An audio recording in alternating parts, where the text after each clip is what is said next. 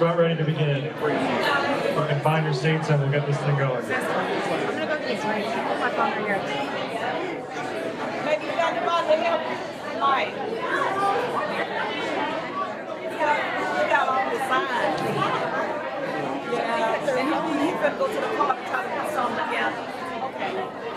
If he tells you, you have to know, tell him your wife is. Okay, we're going to begin with the introductions for the District 2 City Council candidates. Oh, then maybe, is this your phone? No. This might be your phone. Is this right? I don't know who is this. I can just put it on quick. Excuse me, we're about ready to begin with the introductions here. You can find your seats and... Oh, sure? Okay, Mr. Archer, begin. 3 minutes. All right. Hello.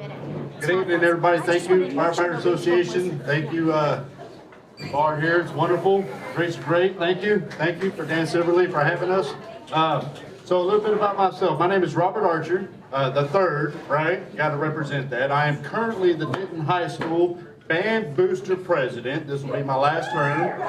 2 years Band Booster President, right? Supporting those kids. Right, Bronco country, right? I am also a graduate of University of North Texas. I graduated 2 years ago from the University of North Texas with my bachelor's degree. It's a BASS, right? Bachelor of Applied Arts and Sciences. Waited to go and get my degree later in life. Right? I've been working for municipalities for the last 17 years. I will say this tonight, this forum right here, the Firefighter Association, I'm gonna let everybody know here, I'm a little biased. Currently, I'm an employee for the Texas A&M Services. I'm an employee for TEACS. I travel the entire state of Texas teaching infrastructural safety throughout the entire state for municipality workers. I've worked with fire departments for the last 17 years. Not directly with fire department, but indirectly with municipal works, working in the water and wastewater industry. All right, I'm almost to the end of my career. All right, I have, me and my wife moved to Denton in 2012 with our small. They were babies at the time, right? Now they're fixing to graduate in high school. One of them is, the other one, you know, got a couple more years till he's out of the house. So we moved to Denton in 2012 because there was work here for me to be able to maintain, be able to live. I've been lucky enough to be able to purchase a home. Matter of fact, a year ago in Denton, after living throughout the entire city, different areas, I bounced for affordable living. Where I live now, where I purchased my home, where I want my grandkids to come, I want this spirit, this culture, and the growth to be smart. That's why I'm running for council. I want the focus to be on families, our education, our community, right? Didn't used to be #1 in the state. #1. We still can be. We have not lost that place yet. That's why I'm running for effective change as a homeowner, as somebody who's dedicated to our community and our future. But yeah, I got the little yellow paddle, so I think I'm almost. You still got 30. I still got a few seconds, but yeah, that's a little bit about me. Yeah, thank you. Thank you. Mr. Stevens? Thank you. Feels like deja vu being up here at a firefighters forum. Hi, my name is Nick Stevens. I'm running for Denton City Council District 2. I've lived in Denton for 21 years. I'm a small business owner in the community. I am the chair of the Health and Building Standards Commission, unanimously re-elected to that position 3 times. I'm the co-founder of the JBD College Neighborhood Association, the co-founder of the West Denton Neighborhood Council, and I was a co-chair of passing the largest ballot initiative ever in the city of Denton's history. I bring all of that up to you today not to brag about a resume, but to tell you that I have years of experience of bringing together Democrats, Republicans, and independents in this community to actually get things done. And so I want to tell you a little bit of time that I have left with why I'm running. You've heard throughout this campaign from all of us candidates, Denton's at a crossroads, right? I want to be a little bit more specific because you deserve the truth. So take a swig of your alcohol or, join me in making the sign of the cross. We are at a crossroads, but we're in trouble. Things aren't moving in the right direction, and I think most of us know that. I said this last year, 60% of the residents are living paycheck to paycheck. Homelessness has doubled. we see that green spaces are disappearing, right? We're seeing people struggle every single day in the community, and that we need more leadership on this council to work together to actually get things done on behalf of our community. Last year, for example, we found ourselves in a $14 million deficit. One of the ways to get out of that, unfortunately, was no one getting raises at the city. I really believe we got to do better. And one of the best ways we can do that is by working together. And so I'm really excited about this conversation. I'm not just saying it because y'all are here. It is my favorite forum, partially because I get to drink alcohol while doing it, but also because we get to have a real hard conversation. But we can do that in a way that's optimistic, hopeful, inclusive, and kind about what kind of direction we take for the future of Denton. So thank you for having me here tonight, and I'm looking forward to that conversation.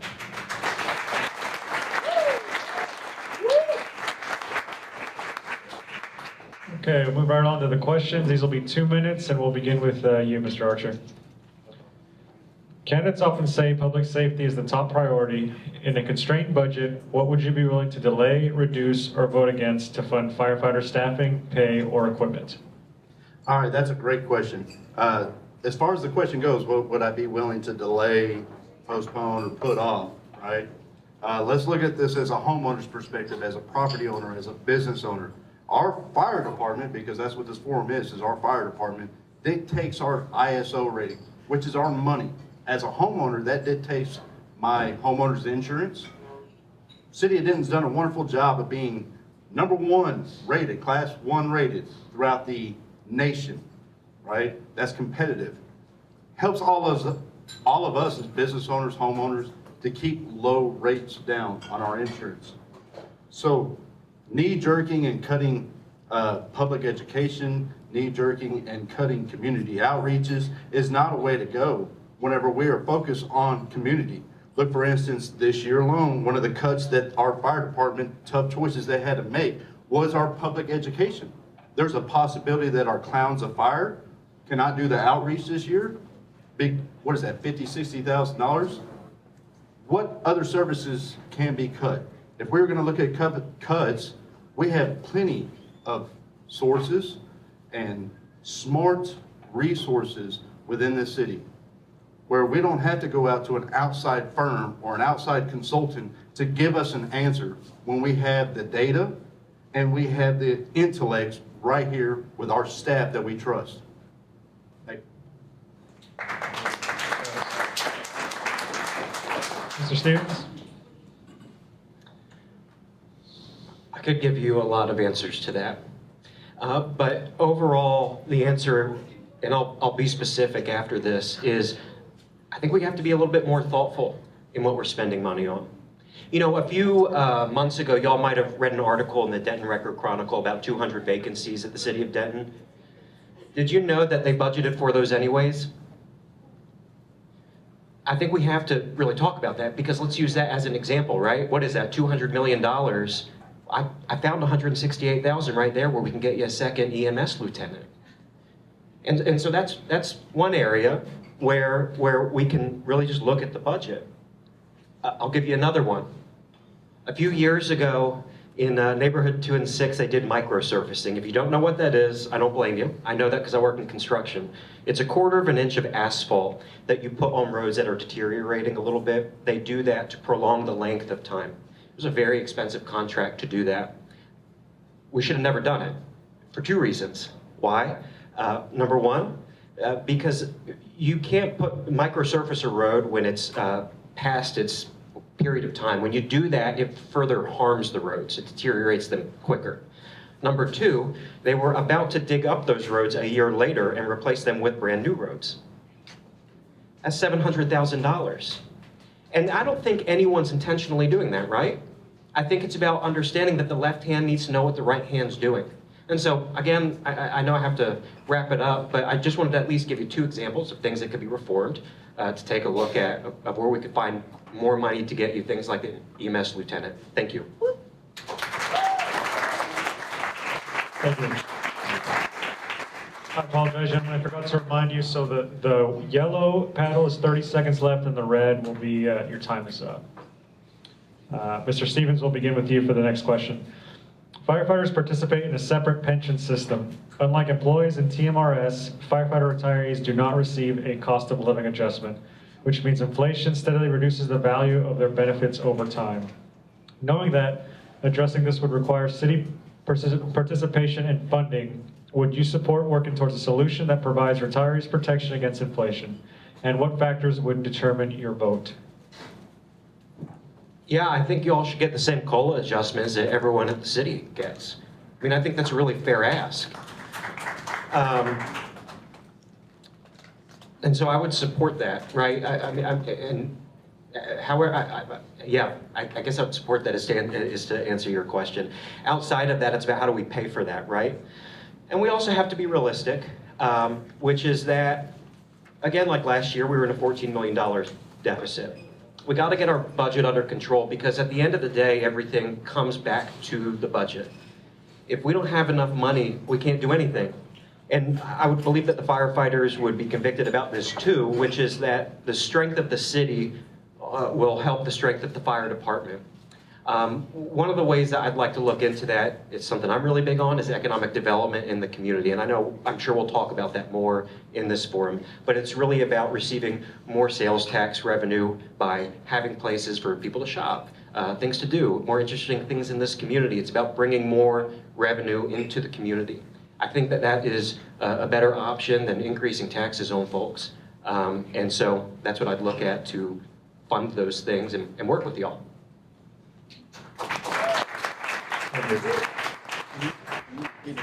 Sure.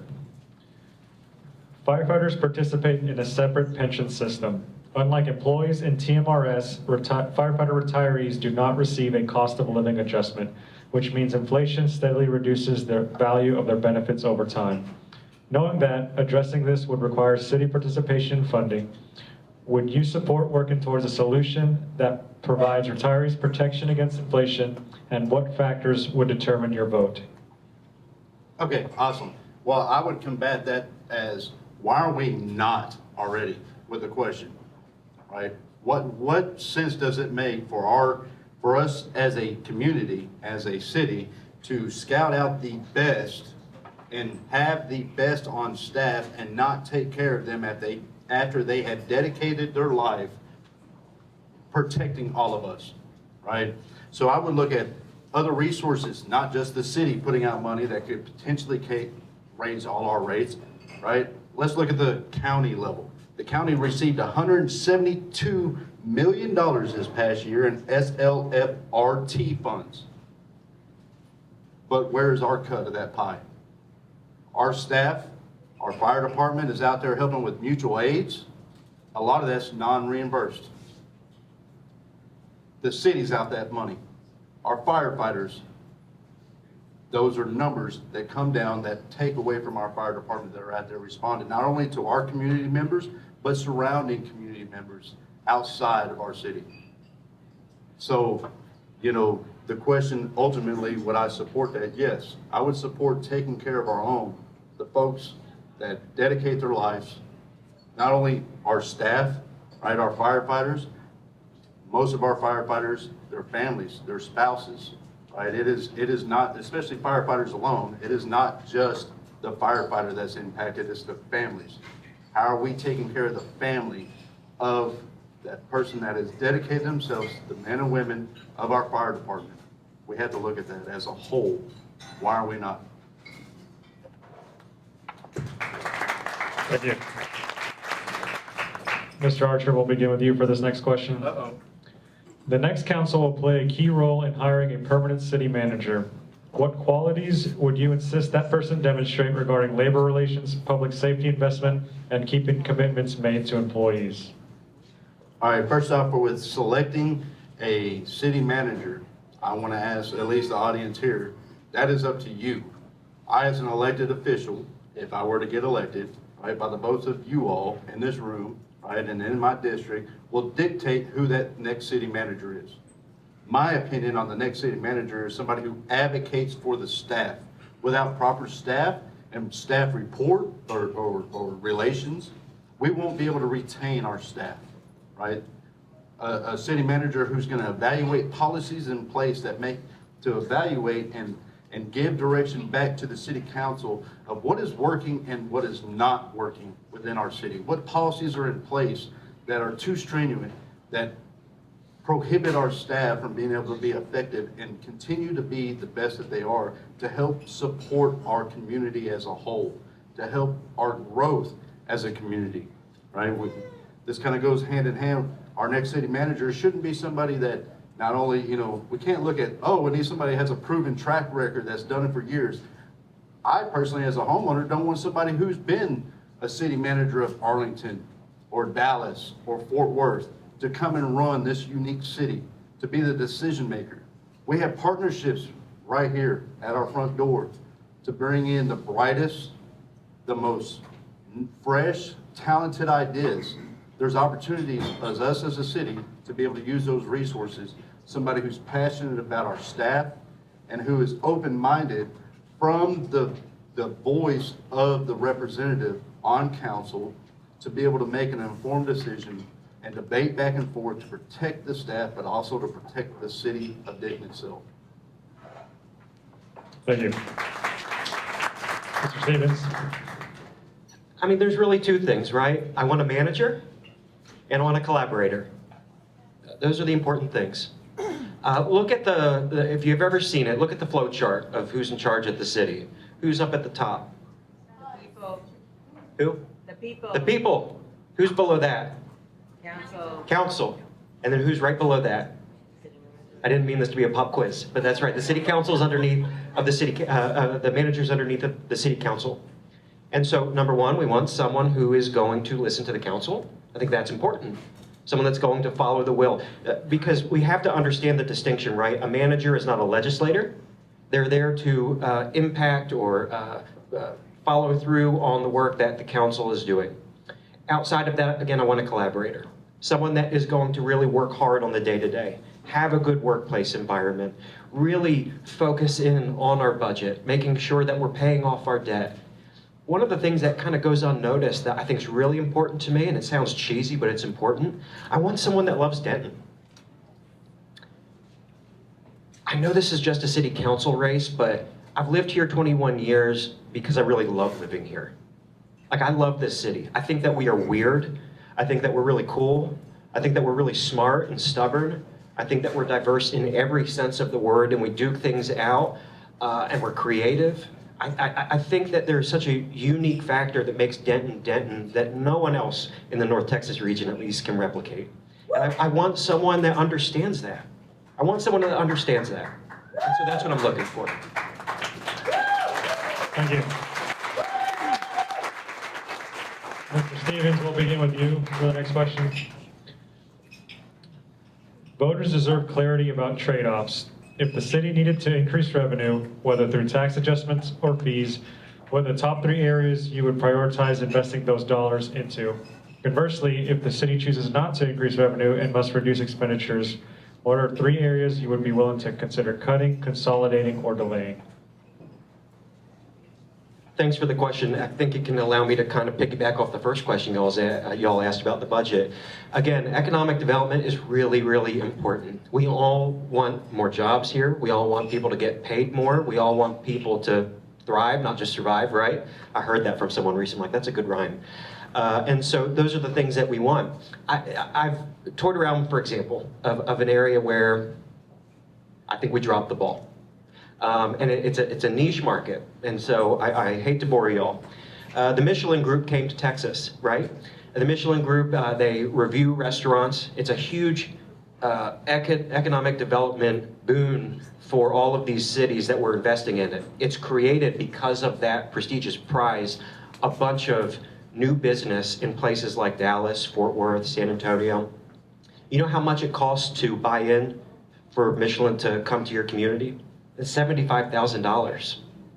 And you see all of these communities exploding with wonderful things just because of that small investment.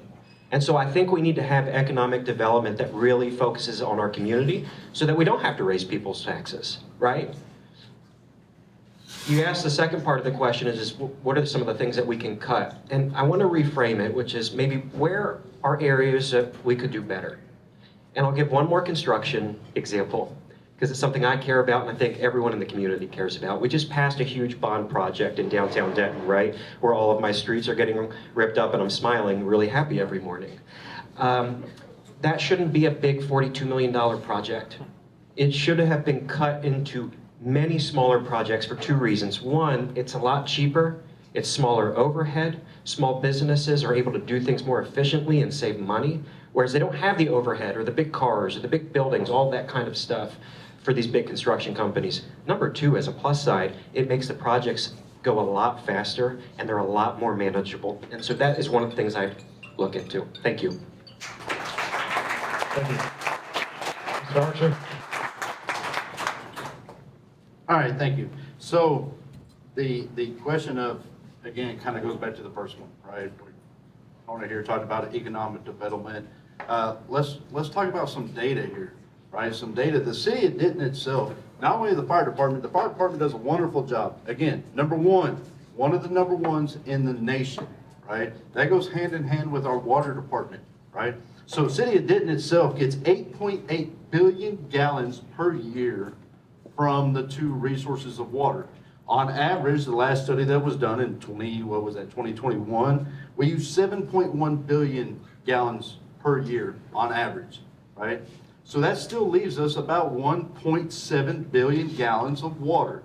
Water is the gold. We have those water rights. The city has those water rights.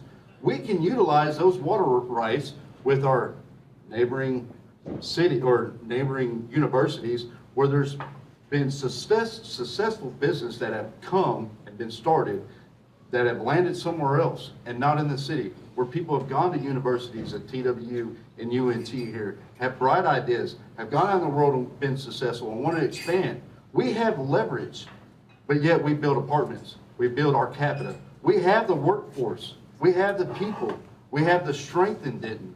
It is bringing our development together to be able to really focus on what is our strengths that we have, what leverage do we have to bring big businesses here to our community and not 15 miles outside of our city district where we don't get that tax fund, where we don't get that tax revenue to be able to help support our growth. We're not utilizing our leverages correctly to be able to bring those companies to, they're beating down the door anyways. But with businesses, right? If we have a clear plan in place for businesses, sorry, all right. Thank you. We're going to move right on to the closing remarks. So, Mr. Stevens, you have 3 minutes. To the Fire Association, thank you so much for having me here. I'll be very blunt. I'm asking for your support this year. Your support would mean a lot for me and my campaign. I'm going to say ahead of time so I don't forget, I've got some beautiful yard signs over there. If you're in District 2, please take one. And if you are so kind to donate, you can go to nickfordenton.com. I would love your support. Like I said at the beginning, 60% of our residents are living paycheck to paycheck. For me, that's not a number. Those are real people. And quite frankly, they're my people. I grew up in a broken family. I grew up in affordable housing where there were 5 of us in 2 rooms. I was on free lunches, and what my mom did desperately want for me was to have a better life than she had for herself. And I got that. She lived her dream, and I'm living my dream. I started my own small business, and I have had the great opportunity of serving my community. I'm asking for your vote because I love Denton. And you're gonna hear me say that over and over and over again for the next 54 days. One of the things that I love most, and it's one of the things I think about most, is music. And I want to bring that up as I close because I sang in a band here before I ever debated up here. The band name was called This Will Not Make You Happy. I don't know what that says. And so I can promise if you elect me, I won't always make you happy. But I will always try to do the right thing. I will always try to listen. I will always admit when I'm wrong. I will screw up. I won't get it right. but I'll try to do better every time. I'm running because I really believe that we can do wonderful things as a community, and that's why I'm asking for your vote. And so thank you so much to the firefighters, again, to the people who came here. I look forward to seeing you all again soon. Thank you.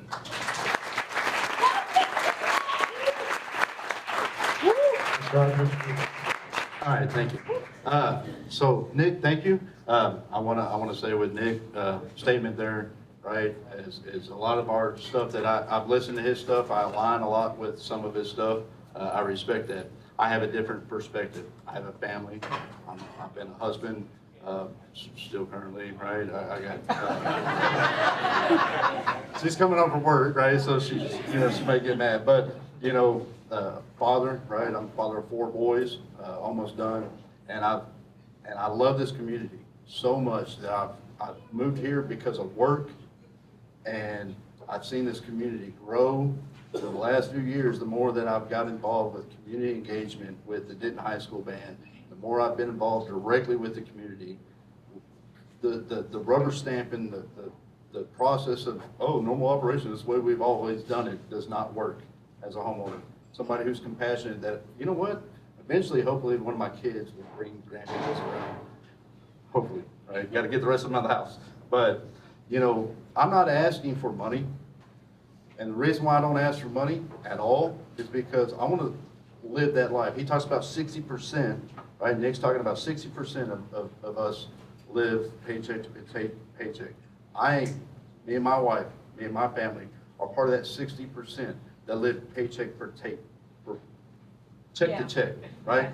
We've lived that life for many years. It was luck that we were able to purchase a home here. It was luck, right? Pure luck. It was hard work and dedication. I'm committed to bringing that to the council, right? What I'm wanting to see is neighbors talk to neighbors. I don't need signs. I don't need money. What I need is community. I need representation of our community come together and talk. That's what builds us, is bringing up conversations, social drinking. I like social drinking a little bit, right? But the coming togetherness, right? That is my focus. How can we come together? I don't need yard signs. I don't need money. What I need is you neighbors talking to each other and not avoiding the tough conversations such as politics. It's a real world that we got to look at, and it's real change, and that's what our council needs, is real change, somebody willing to ask tough questions and be defiant and say, no, this is not okay, this is not what the people want, and following up on our people. I've seen so many times people come to council not understanding Robert's Rule of Order. They come to council, vent their frustrations. Nobody in the current seat follows back up to put it on the agenda. Listening to people is what's important, and at least bringing it to the agenda so there's more than just one voice talking of it. Follow through. That is the most important thing. All right, thank you. Thank you, District 2 candidates. Okay, if I could get the place 5 candidates to the stage, or we'll take a quick break and shift gears here.